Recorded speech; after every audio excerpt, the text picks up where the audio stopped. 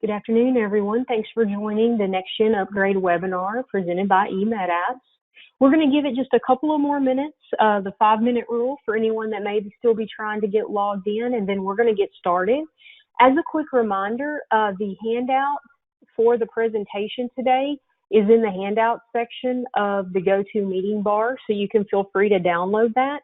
If for any reason you're unable to download it or just don't want to download it during the presentation, no worries at all. We will be emailing out after the presentation a recording as well as the documentation that we're going to go through today.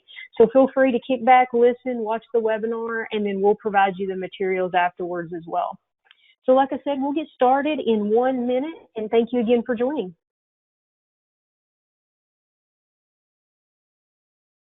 Well, welcome again to the NextGen webinar, upgrade webinar presented by eMedApps. My name is Shawnna Wilburn. I'm one of the trainers at eMedApps, and it is officially 1:05 Central Time, so we're going to go ahead and get started. Anybody else that may join in, they can just pick up with where they're able to join in at.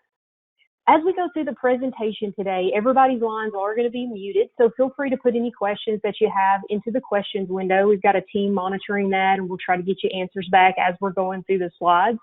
We will try to reserve some time at the end of the presentation for Q&A, so we'll have the opportunity to maybe open those lines up and do a little bit of discussion as well. So today we're talking about the NextGen Upgrade webinar. So when we talk about the upgrade from an eMedApps standpoint, we're just giving you a little bit of the overview, a consolidated look of the upgrade. NextGen does a fantastic job of putting recordings and materials out on their website. They have a great homepage for the 5/9/2020.1 upgrade that's out there. So if you see anything in kind of a high level overview that you want more details to, there's lots of supporting information and documentation on the NextGen website. All of the materials we're presenting today came directly from NextGen. It's just kind of, if you think about it, it's kind of like the Cliff Notes version of all the details that NextGen provides. This is just the 30,000-foot overview of some of the more, what we feel like might be the more popular or more pertinent features of the upgrade. And then, of course, all the details are certainly available through NextGen. So we're going to go ahead and get started today. If you are not familiar with eMedApps, we are a healthcare information technology company. We've partnered with NextGen since 2001, and we do a lot of work with NextGen and with the NextGen customer base. We basically, if you think about eMedApps, we are the support to the clinic. If you need an extra set of hands, maybe you need some assistance with an upgrade, maybe you don't have document builder or template editor expertise within your practice, whatever the need might be, we can help support your organization. So if you ever have a need for any consulting services or anything that we might be able to help you out with, please don't hesitate to reach out to us. We'd love to meet with you and see how we might be able to help out. And the upgrades are no different. But today, the purpose of our upgrade, or our presentation today, is the upgrade. So I'm going to run through the EHR new features, and then my colleague Yvette, I'm going to turn it over to her, and she's going to run through the PM new features with you. And then, of course, we'll save some time at the end for Q&A. And again, just as a reminder, if you just recently joined, this presentation is available in the handout section of the GoToMeeting webinar, as well as we will email out a recording and a copy of the presentation at the end of the session today. So thank you again for joining with us, and we're going to go ahead and get started. So one of the first features I'd like to review with you on the EHR side of things, and when I say EHR in my slide deck, I'm talking about what we used to call the version upgrade. You know, it's kind of the top toolbar, the right-hand side toolbar of NextGen, as we might describe it. So these are some of the application things and new features that you're going to have available with the upgrade. The first one is very neat. Patient education can be practice defined. And then you see in the example that we have there, specifically, you know, gives an example of Bright Futures, but any other patient education that you might have, you can now upload that into NextGen. And just as you have your HealthWise functionality today, you could tailor that and have a practice defined version of patient education if that's something that you might be interested in. Now, please note, as we go through the presentation, one thing that we always try to do at eMedApps is if you look at the very bottom, it'll let you know if there's any configuration or additional setup required. sometimes that's helpful to people because, you know, you never know, does this feature come out of the box already turned on, or does this require some additional setup or assistance? I'm obviously not going to point that out on each of the slides just due to time today, and we won't have much opportunity with the hour to get into the application and really dive into any of these, but just from an overview standpoint, if you want to reference that, it'll let you know if it's going to require any additional setup or configuration, or if it's one of those features that just comes turned on out of the box. So basically, we have some changes to your allergy criticalities. So in prior versions of NextGen, you could have criticalities like mild to moderate, fatal, things like that, and that list has been updated to contain only mild, moderate, severe, and unknown. So basically what happens when you upgrade, there's really not going to be any change on upgrade, but you can kind of see that that star indicates a non-supported value, as you have right there in the blurred vision, mild to moderate, and you would want to you would edit those and update them as you cycle through your patient visits. And then you're also going to see over in that top slide, or that top image, the medication module, the allergy module itself. It's got the criticality listed there in parentheses for you. Clinical reconciliation, the criticality has also been added into clinical reconciliation. So basically in the application, when you're seeing those allergies in the various areas of the application, that's going to be included for you as well as a quick reference. Document management, there's a couple of, you got a new report and then a couple of new columns added to, like batch number to your report. So if that's something that you've needed in the past, you'd have that available to you now as well. And now you also have the opportunity to either send images to the PAQ or bypass the PAQ based on the patient status and location fields. So in the past, when we set up document management, when we would configure our document types, you basically had the choice of, yes, I want it to go to the PAQ, or no, I don't. And so now you have a little bit of more of a flexibility there based on the patient status and location fields on what you choose to send and what you might not want to send. So there's been quite a few medication updates under the hood, and you know, I don't want to read this whole screen to you in the presentation, but you'll get the documentation. But basically, the National Council for Prescription Drug Programs is the kind of the authority that SureScripts and of course all the vendors, you know, work in accordance with. And so there have been some updates that are happening behind the scenes with the communication and the technology. And so basically, there's a new version that's being released, and you can kind of see in the slide here, the current version is only being supported through December of this year. So the new version will be something that clinics will want to consider upgrading to. And I have no doubt, you know, as that December date approaches, NextGen will communicate with us on, you know, is it going to be required to update, or are they going to do any type of retrofitting for, you know, prior versions? But in the 8.4.4 version, it will have the new technology and the new logic that will be supported after December. And then, well, if you decide to upgrade after that December date, you know, just be watching for your communications from NextGen as to how they're going to handle that, and make sure that your version is still going to be compliant. There's quite a few changes, again, related to the under the hood communication technology changes that are happening with SureScripts. So you're going to see in various tables and fields that characters have been increased, a couple of new fields that are available now as well. Chief Pharmacist was added to the lookup window, just various changes to help support the new technology that's going to be available. Your medication history has been updated as well. SureScripts is now going to require an appropriate eligibility response, but this has been expanded and given us a lot more options as far as many more medications can be returned, and NextGen's redesigned the screen so that you see more data on the screen now. It was a very small pop-up before, and now you can see up to 500 entries on the same page. So quite a few improvements here to be able to not only in the behind the scenes, the way the communication and the updates work, but as well as what the end user is seeing in the application. And again, just continuing with the medication updates, this top one is a really great one. In the practice preferences medication table, NextGen has added a field to put your 340B ID. That's been very much needed. A lot of clinics might have used address line 2 to store that information. Well, now you'll actually have a field and a placeholder for it, so you won't have to do that workaround. And this will automatically, send in your electronic communications behind the scenes as well.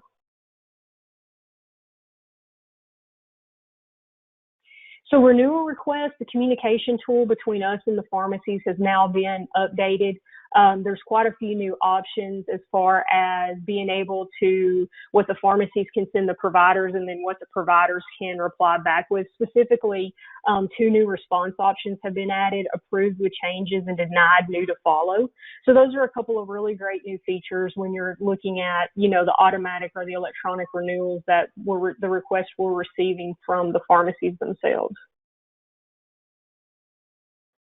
RX Fill has been updated as well. So providers can determine on, a per medication basis in the patient's chart what level of RX Fill notifications that they want to basically receive for that particular patient. And one important note here, again, I'm not going to, mention those little green notes in the bottom left-hand corner on each of the slides, but this is an important one that if you were already enabled and signed up for RX Fill, you will need to re-enroll upon the upgrade to make sure that you get all of the new service options. RX Change has also been updated a little bit as well, and you can see some of the various changes that are outlined there. And a couple of specific ones that I think will immediately impact the clinic is that the pharmacies can now reply back with a change request and specifically indicate that, that it's out of stock or they need a prescriber authorization, or get a little bit more specific with that change request. And these are all the different prescriber authorization options that will be available. CPOE, you can see kind of the little blue toolbar that's going to be added within your EHR. This comes out of the box turned on for you. And basically, it just kind of provides you an on-the-fly way to be able to search for lab, radiology, or immunization orders. So you've got basically 3 ways that you can find your tests: common orders, favorites, or categories. And those will be available for you. You can search. It's a really streamlined way to be able to basically look up those orders and place orders more within the workflow as you're going through the visit versus having to hop down to the module and kind of break away from the middle of the screen where the template is, where you're trying to actually do your documentation. So that's a little bit of the summary of the things related to the application themselves. Now let's talk a little bit about the adaptive content engine, or the KBM, or the templates as we've called them for years. One of the biggest changes in this version is the SOAP template redesign. So the SOAP template redesign is just a part of the ACE progression that we've been hearing about the last couple of upgrades from NextGen. There's been various changes to templates behind the scenes. In most of the upgrades in the past, it was very seamless. You didn't really notice anything because nothing was really redesigned. It was just rewritten and looked very similar to the way that it was in prior versions. So a lot of times it wasn't even noticed. But the SOAP template being redesigned is certainly something that is going to reach out and grab a little bit of attention day one. You can see here, this is an image of the way that the SOAP template is going to look in the future once you upgrade. It's automatically applied upon upgrade. It has a lot of great features, the cards as you see them on the screen, as well as you can do a column view. So like right here, you have a left column view and a right column, like a 2-column view. You can change that to a 1-column view if you want to. A big new feature is you can make your font larger. That's always been a question or a request within NextGen for years, is being able to make it a little bit bigger, especially if you're working on a tablet or something to where it's just naturally a smaller surface area. So you're going to have a lot of new features with the SOAP template. The one thing that I would point out, just for everybody that's exploring the upgrade and just trying to get a little sneak peek, is that as it stands today, this template, the new SOAP template, cannot be customized. So if you have any customizations on your current SOAP template and you're wanting to carry those forward, you definitely want to evaluate that through your upgrade process and determine, what you need to do with those. Are they required for your workflow, or is that something that, you might be able to work around and they're not necessarily required or necessary for operations, or, whatever the case may be. You can still customize the traditional SOAP template and use the traditional SOAP template. However, it's definitely encouraged to move to the new technology and work off of the current version if it works within your workflow. Order assessment, the system's now going to remember the last diagnosis code that you use, which could be really handy if you're having to place multiple orders. It's going to remember that for you and automatically place it in there. And of course, if you wanted something else, all you have to do is click on it and choose it. But that's just a nice convenience. Split out office services and diagnostic history. Previously, there was a template and the office services and diagnostic history was together, and now it's broken out into two separate templates. Really, basically the same functionality, just two templates now separated out versus the one combined. This is a really cool feature that I think is going to come in really handy to the clinical team members. When you're working in the diagnostic history, you're going to be able to click the Add to HPI grid button, and it will actually document in your HPI that the studies were reviewed. So that's a really handy little shortcut for the work that you're doing, and a lot of times you're not really getting that effort into the documentation, or most importantly in the end note at the end of the visit that you're reviewing these studies, confirming that things were done, whatever the case may be, reviewing results. And now that information can be kind of more seamlessly integrated into your visit note for today. Orthostatic blood pressure has really kind of, I don't want to say it's been rewritten, but it's definitely been revamped in the new version, and it's kind of neat as well. The CDC updated their guidelines for orthostatic blood pressure. So, the new requirement is have the patient lie down for 5 minutes, then you measure their BP, have them stand up and check their BP and pulse after 1 minute of standing and after 3 minutes of standing. So NextGen updated their template so that it'll accommodate that. This would be the patient lying down for 5 minutes, and this would be the values after they stand up for 1 minute and after they stand up for 3 minutes. And of course, you could adjust that if you needed to, but just modeling it after the CDC requirements, you can kind of see how the NextGen template is just going to follow right in the vein of the requirements that's been outlined. Epidural injections. The procedure template's been updated. Some of the verbiage has been changed on the checkboxes, as well as a new pick list has been added.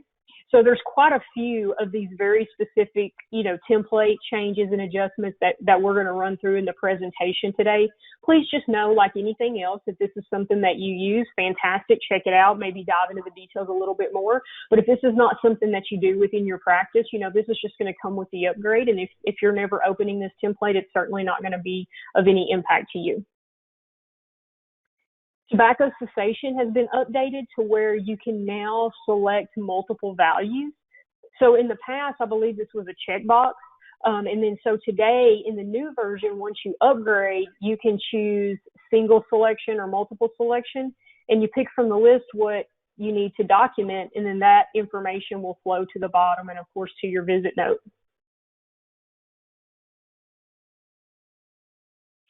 Template references were updated in a variety of places. These are just a few examples to kind of illustrate, what we're referring to here, but you may see many other template references that's been updated within the application. So like the SWYC family questionnaire, the first question and the fifth question, the verbiages were updated, and then they added a 10th question to the tool. So NextGen responded and added that as well.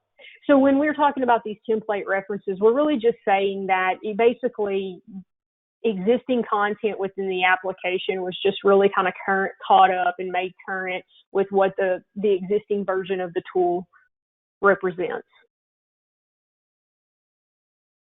Simplifying quick saves and simplifying my phrases are the next two that I wanted to mention. And these are really great improvements. Just basically trying to make the process simple, simplifying the screen, lessening the clicks, making it a little bit more user-friendly, kind of working top to bottom, that kind of thing. You don't have to do anything on upgrade. You're not going to lose your quick saves or anything that you have in the application. It's just as you put in new entries going forward, you would have a little bit of a new workflow, a little bit of a screen design change. Same with my phrases.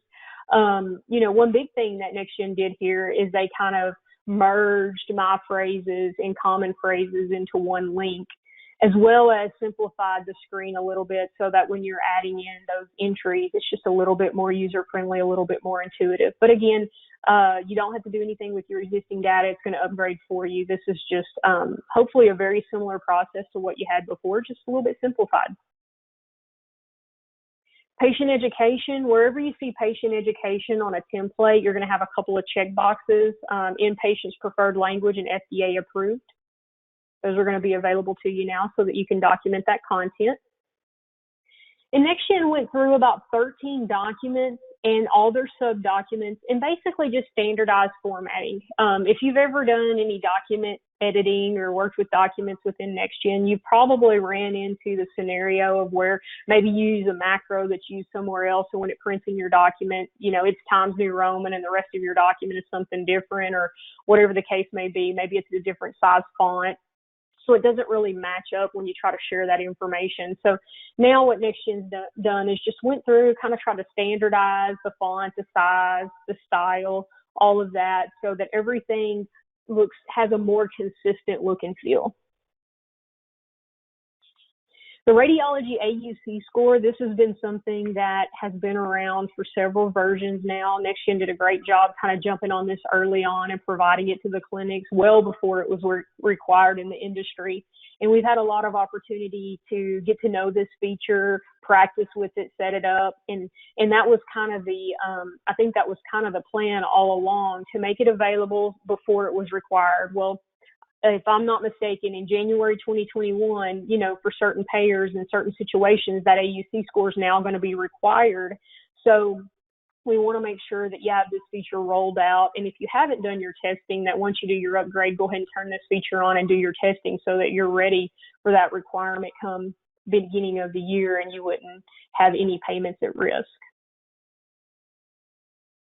E&M coding has been adjusted by the industry. AMA and CMS have made a number of coding changes. A big one is, you know, making it more of a time component versus a bullet or accounting component as it's been in the past. So you can kind of see NextGen's done a nice job on the finalized template, updating that, a little bit of a redesign, a little bit of additional information as well, which is nice. So as we manage this change together, you can kind of see how that's going to be adjusted. And then also the 99210 is being phased out, so you can kind of see in the screen prints that's grayed out there as well because it shouldn't be used going forward. Screening tools, this is a really nice rewrite of the template and an update. And it also, you know, we've always had the opportunity to enter in our own screening tools. And now if you have screening tools that NextGen doesn't offer, you can make them a part of the template so people can choose those and be able to launch that and document that right into their visits. So a really nice improvement here. They give you a little indicator. Is it a web-based screening tool or a template-based screening tool, or just something where basically you're going to maybe administer that on paper and just enter the score into the application. But you now have a way to kind of more formally be able to just pick from the list and enter those scores for maybe those things you do in-house along that line. SBIRT now has a template, and it'll be included in screening tools. So this is a nice addition for all the groups that need to use this screening tool. And then there's quite a few SOGI changes here in this version, and they're the next few slides that we'll go through. You have the opportunity to replace gender-specific pronouns if you want to. This is something that you can turn on or off. All of these features are defaulted off, so your notes and your documentation will appear as they do today upon upgrade, but you do have the opportunity to turn these on. So instead of it saying she describes the pain as an ache, it would say the patient or the client, depending on what you choose, so that your patient pronouns are more designed how you would want them to read versus based on the patient's birth gender. Same thing with the documents. When it comes to the gender identity, you have three options. You can do the birth gender, current gender, or the gender identity. You can choose which one you would prefer. The sexual history, the confidential sexual history has been expanded in a new tab, added detailed sexual history so that more documentation can be compiled as far as more specific details related to the confidential sexual history. And then there's also a gender neutral review of systems that's available. So basically right now the template displays based on your birth gender or birth sex, as NextGen refers to it. And if you want that to be gender neutral, you can adjust that in your configuration so that a gender neutral review of systems would appear for your provider's documentation needs. Okay. There are a few just mainly one pediatric specific new feature that I wanted to go over, that NextGen has adjusted all the anticipatory guidance to be compliant with the Bright Futures 4th edition content. So about 20 pop-ups were changed or updated to be in compliance with the new Bright Futures information. So that will come and be available to you as you upgrade to the new version. And then there's quite a few women's health and family planning updates. I'm going to go through these relatively quickly because obviously if you're not of that specialty, they don't apply to you, but I do want to for sure hit the highlights relatively quickly. The ultrasound panel, you've got some new radio buttons and fields available there. If that's something that you've been needing in the past, you'll now have those available to you. The OB problem list is now codified based on ICD codes. In the past, that was more of a free text type of list, and now it's actually kind of tied back and a little more formatted for you. This is a really great new feature. I've run across this quite a few times in practices where you start a pregnancy with the patient comes in and sees you 1 or 2 or 3 visits, and then they leave. They either move or switch providers, and you don't necessarily know the outcome of that pregnancy so that you can end that pregnancy event. And now you'll have the opportunity to document delivery type unknown so that you can basically indicate, that the patient didn't deliver with your provider or organization. Abnormal PAP HPI has been updated, and there's quite a few updates listed here, so you can kind of run through those if you'd like to. And there's several abortion changes on the various templates. So you can see on the AB intake template, there's a new panel that's available to you, the encounter-based AB-focused medical questionnaire. The AB procedures template has 5 or 6 new fields available to you, some additional medications, procedure start and end date, and a few other things. And then there's quite a few, 4 or 5 new features that are specific for Planned Parenthood. But if these are things that you are interested in or could be beneficial to your organization, you can certainly take advantage of them. And one of them is the contraception HPI. Some updates to various procedure templates, combining those and making some updates and improvements to those as well. Interpreter detail was added to a variety of templates, as well as some updated HPIs throughout the system. Management plans have been improved with the checkmark patient verbalized understanding of the plan so that you can checkmark that if that's appropriate, and then it will also write into your documentation for today, as well as a new visit type of early pregnancy was added. Okay, so I have a few more new features to go over with interoperability and NextPen and a couple of other things, but in the interest of time, I'm going to go ahead and switch over to my colleague, pass the baton to Yvette, so that she can run through the PM items just to ensure we're able to get through the highlights with you today. And then, of course, you're going to get the full presentation, so you'll get a copy of those updates as well. I'm sorry I didn't get an opportunity to run through them, but they will be available for you in the presentation that's sent out afterwards. So Shawnna, thank you so much, and Yvette. Yeah. Can I ask just a couple quick questions that were sent over before we switch to her? They're real quick. 2 of the questions. One says, does it require HealthWise patient education license? And I believe that was at the beginning of the presentation. I do not know that answer. I do not know that answer. That's a good question. It's here with the patient education. I would assume no, because the HealthWise, you're paying for the HealthWise content. If you have your own content, you can put it in, but please log a ticket with NextGen and confirm that. I'm not sure on that. Okay, and then the next one has, they upgraded the pediatric well soap in a recent upgrade. Will this change with this new upgrade? Did you speak to some of that? I did not see anything in the, yeah, good question. I did not see anything in the documentation specific to pediatrics other than the Bright Futures content update. So my thinking would be there are no changes to that, because NextGen does a real good job. The features that they do touch and change, they usually, highlight those in the documentation that they post online, and I didn't see anything about that. So I would venture to say that there are no changes to that. Alrighty, that's all I got. Okay, perfect. So Yvette, it is over to you. Awesome, thank you. All right, Shawnna, I'll go ahead and let you drive. I'll just say next slide. We can go ahead and go to the first slide. Hello, everybody. My name is Yvette. I will be going through some of the PM features. And a lot of the features as I go through here, there really isn't a ton that's new on the EPM side. But what they have done is they've taken some of the things that they have released in the past and then enhanced upon that to make it easier and better for you guys. One of the first features is the preferred name.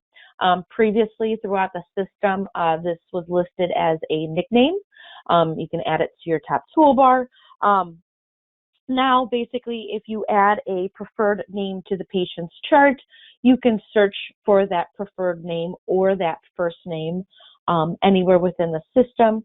Anywhere you have a patient search, like in this example I have right here, I went ahead and I gave strawberry shortcake a preferred name of Berry, and I searched for berry shortcake, and that brought up my patient's name when I was searching for them. Also, anywhere within the grid you would have to configure this. You can go ahead and bring that preferred name column over so it's visible for you as well there. Go ahead and go to the next slide. Within the correspondence, also with the preferred name, there is a checkbox within the templates, within the demographic screen under privacy. If that is checked, if you send out any statements, forms, letters, labels, that patient's preferred name will be listed versus their first name. If you do check the patient's preferred name, but no preferred name is present, it's automatically going to go ahead and go back to that first name. Go ahead, next slide. Patient notification enhancements. This feature has been available before. Basically, you guys have that little option, checkboxes at the bottom of the demographic screen where you can select the patient's preferred notifications. Now, as I check off the boxes, certain icons will light up. So over here, I have them all selected, so I see the little phone, the little green bubble for the message, and then the little email icon at the bottom. If I were to uncheck email on here, basically my little purple email icon will go away as a visual indicator that that is not one of the patient's notification preferences. Next slide.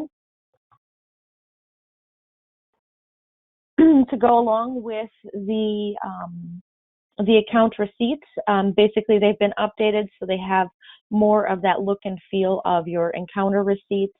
Also, it'll be easier for reimbursement for HSA and FSA accounts because it's going to go ahead and let you know what the date the receipt is for. Previously, that date of service was not on there. Next slide. There's been a claim edit that's been added. Basically, what the claim edit does is if you have, different practices that might be billing different MACs depending on their location, or if you have practices that might offer services in multiple locations that are either in different states or regions, you now have a claim edit that is configured based on the location, financial class, and payer combinations. Next slide. Hidden insurance enhancements. This was previously released in previous versions, but we've built upon that as well. In this new enhancement, offers the option to hide a payer at the person-patient level when it is hidden in file maintenance. You can see this little pop-up over here as an example of what would display if I were hiding a payer in file maintenance. I can go ahead and click yes, and then it'll go ahead and hide them at the person-patient level. Also, they've added user alerts. So if a hidden payer, is hidden in file maintenance, and then you try to link it to an encounter, it's going to go ahead and throw an alert letting you know that that is a hidden payer. Hidden pairs will also not automatically attach from a previous encounter if it's been hidden at the patient level as well. Next slide. Next thing that they've added is in the EHR, in previous versions, they've given the ability to mark an encounter as sensitive. They've now brought that information over to the EPM side as a visual indicator. So if you look at the little encounter, by the encounter number, you'll have a little exclamation. If you actually select on the encounter, in the encounter information, you will see the red indicator saying that it is a sensitive encounter.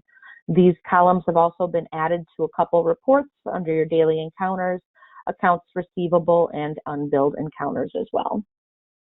Next slide. Under recall plans, previously when you guys were setting up recall plans, you can only set it by days. Now they've expanded that out so you can go ahead and say 1 week, 2 weeks, 3 weeks, months, years, whatever the preference is. So you do have that option. As a default, if you are creating a new recall plan, it will always be set to days on there. The column has also been added to different reports within the system. So if you're running a recall plan maintenance report, you'll be able to see that. You can also set it within practice preferences, alerts, active recall plans due in. So instead of just seeing days, you'll see weeks, months, and years in there as well. Next slide. This one is for our Indiana clients. So it's specific to Indiana, allows the practice to track and manage all MRO services regardless of whether they are part of an existing package or an add-on package after an authorization. So basically that column for S&A has been added to that. And again, that's for our Indiana clients. Next slide. Multiple default group enhancements. Basically, previously, if there was a tax ID change within the practice, there was really no easy way of doing that for billing purposes. So what NextGen has done is they have came in and given it additional options to be able to bill for prior tax ID numbers. And then in the next slide, we'll go ahead and show you how that's done. So NextGen has added a new tax ID field to the group detail window. You can now add multiple default rows within the group master file. No longer, you will no longer need to create a new group or a new tax ID. Claims will be billed and rebilled based on the effective and expiration dates. Next slide. Place of Service 99. This was released in 591. Will allow the practice to bill for that Place of Service 99 on listed other facility. In the charge entry screen, you would have that little pop-up where you can go ahead and put in the address. Now that'll default for you to USA. Under the EDI claim profile library, payer rules for EDI, professional tab, general EDI options. They have added 2 options in there for your Place of Service 99. This is disabled on upgrade. When it is enabled in there, your 1500 claim will populate with the location. When it is disabled, the service location address will not be populated. So depending on if your payer requires it or if your payer does not, you now have the ability to either enable or disable that feature for that Place of Service of 99. Next slide. Now what we're going to do is we're going to go ahead and go into some of those behavioral health enhancements. BH rounding minutes and base minutes. This is, they're kind of doing a phased approach with behavioral health. Previously, if you had a self-pay patients for your rounding minutes, there was no way to define it because this was done at the payer level. So now what they've done is they've added this to your practice preferences under charge entry. you'll see an additional tab that says behavioral health charges for self-pay only. So you'll be able to configure your rounding minutes there as well. Next slide. For programs that have been released in the previous version, this is phase 3. They've added additional security, so your users can or cannot update programs within the patient's chart. So the new program rights will control the program drop down on the encounter lookup screen, the program tab under the patient information on the patient chart, the program field on the encounter information screen, and the encounter maintenance program drop down. So this will control if they can or cannot update that information. Next slide. They've also added a new practice preferences. So basically for your practice, you can go ahead and enable programs, but now they took it another step where you can go ahead and require encounter level programs at specific locations. So in the example over here, we've got it enabled for our behavioral health location, but we might not need it for our dental, medical, or vision locations, so we would not set that. So if I have this checked within here, it allows the user to create encounter without assigning it to the dental one, and it would allow them for the behavioral health clinic. Next slide. This is just an example over here. If I'm going through the check-in screen, my user does not have access to programs. The system will allow the user to create an encounter without assigning a program if the patient is not enrolled in any program.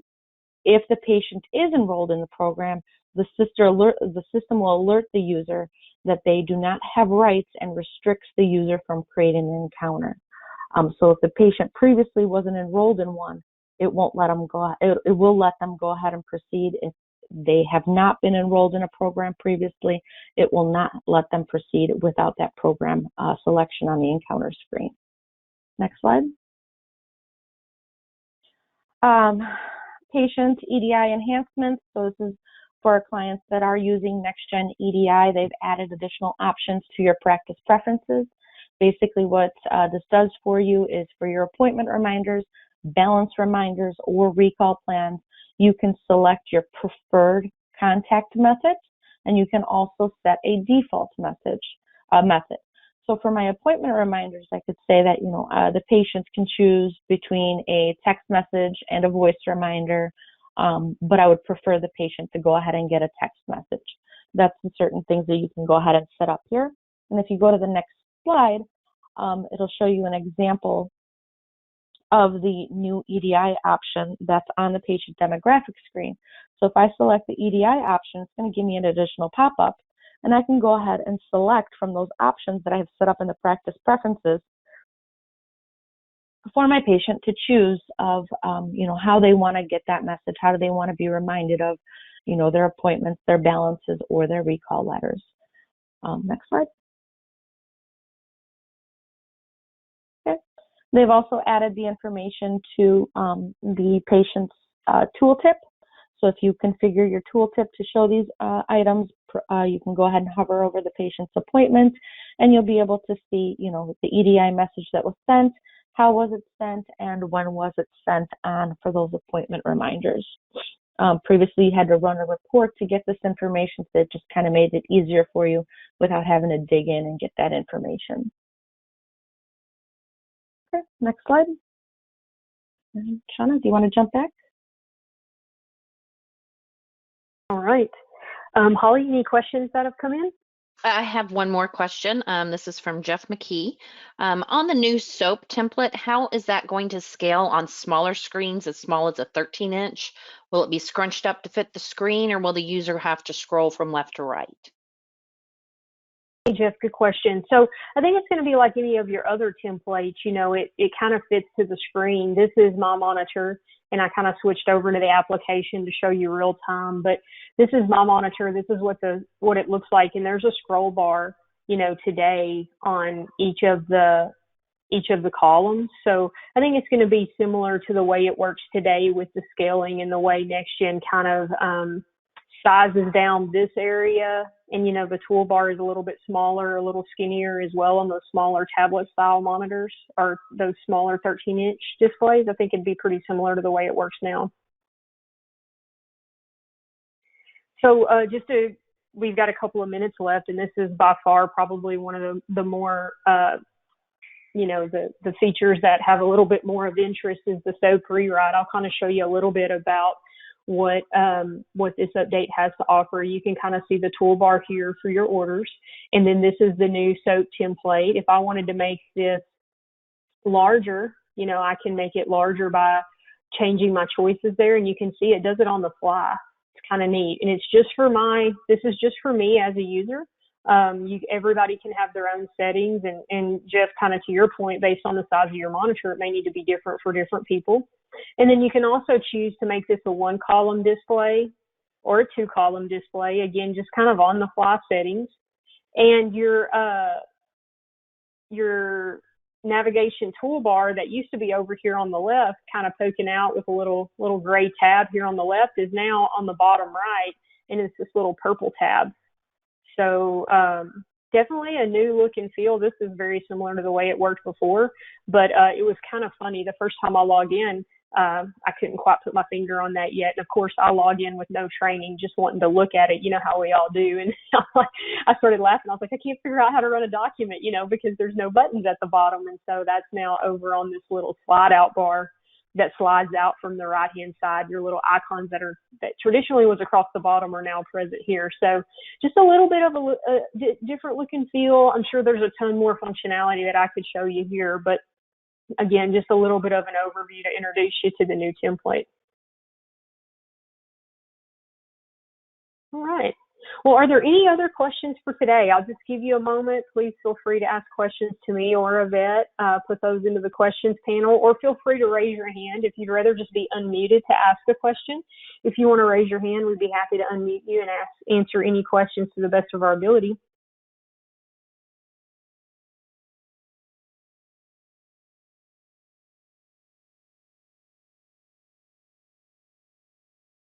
Okay, it doesn't look like we have any takers.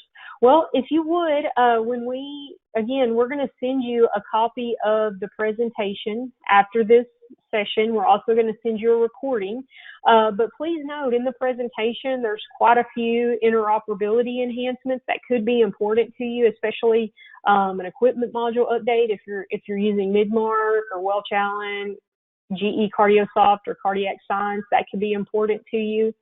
As well as quite a few new features for the Veradigm Lab project. So if that applies to you, a couple of very cool new NextGen Care features related to the Population Management Hub and the way that you can make bulk orders, as well as a new schedule button to be able to make appointments right from the EHR in the Population Management Hub. So again, some great things there.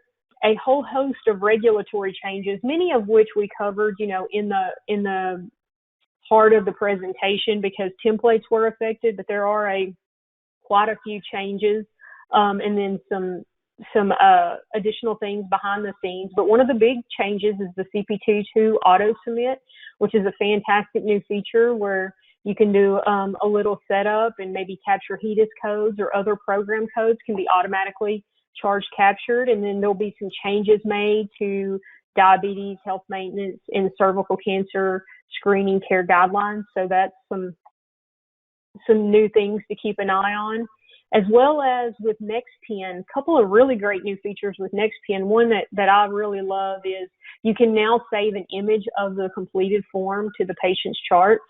Historically, we've only been able to capture the data. Now we can actually see an image of what the patient filled out if you choose to enable that. And then also a Spanish prepare form is available through the NextGen. We've had an English prepare form for some time, and now we'll have a Spanish prepare form if that's something that might be of interest to you. But quite a few things in the presentation that we just didn't, in the 1 hour, there's so much content and so many great new features in the new version. We just didn't get to cover them all, but please look through the presentation, make sure you don't miss anything. And again, there's lots of great detailed presentations and documentation out on the NextGen Success community. So please don't hesitate to get out there and and peruse around. If you need that link or anything like that, let me know. I'd be happy to send it to you. And then Holly, one last check. Any final questions or comments that have come in? Yes, I do have a couple. One of them was, what about the part that was skipped? So you kind of went over what is remaining in the presentation right now. Another question, has the lab master changed? No, I'm not aware of any changes with the lab master. And that is all I have. Okay. Well, as always, thank you so much for sharing an hour of your day today with us at eMedApps. We're very grateful and appreciative you spent the time with us. We hope that the presentation was informative to give you that first glimpse into the upgrade. If there's anything that we can do to help your organization prepare or maybe help you with the upgrade itself to work through the new features, set up your system or anything like that, please don't hesitate to reach out to us. We'd be more than happy to discuss your organization's needs and how we might be able to help you with that project. So again, thank you for joining today, and I hope you have a great rest of your day.